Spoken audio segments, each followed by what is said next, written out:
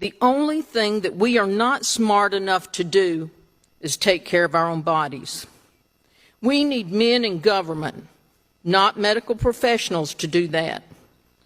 The closest thing we have to a medical professional in this chamber is Senator Cromer. He's a pharmacist. And I really respect you, Senator Cromer, but I don't want you as my OBGYN. The fact is, I do not want anyone in this room making life and death decisions for me, my daughter, my granddaughter, and for that fact, anyone. I also do not want the person I choose as my medical professional to stop in the middle of a procedure and request the South Carolina Code of Laws to decide if he can proceed or if he may be committing a crime punishable by a fine or time in prison.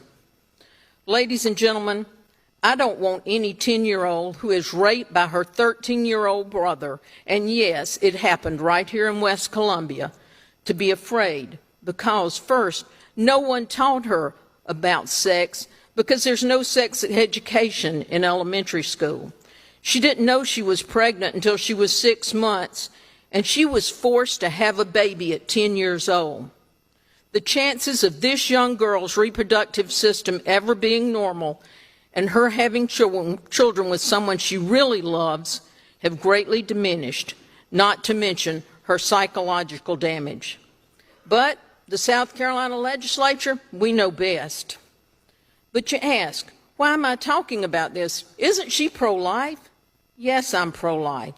I'm also pro-life of the mother, the life she has with her children who are already born.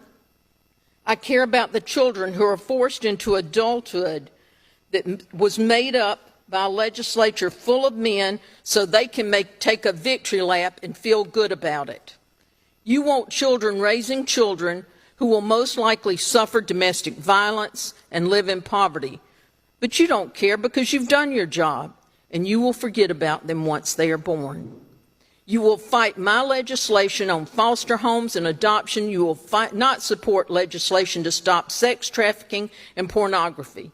You will not support my legislation for free meals for all children in schools. You're not going to help me on that.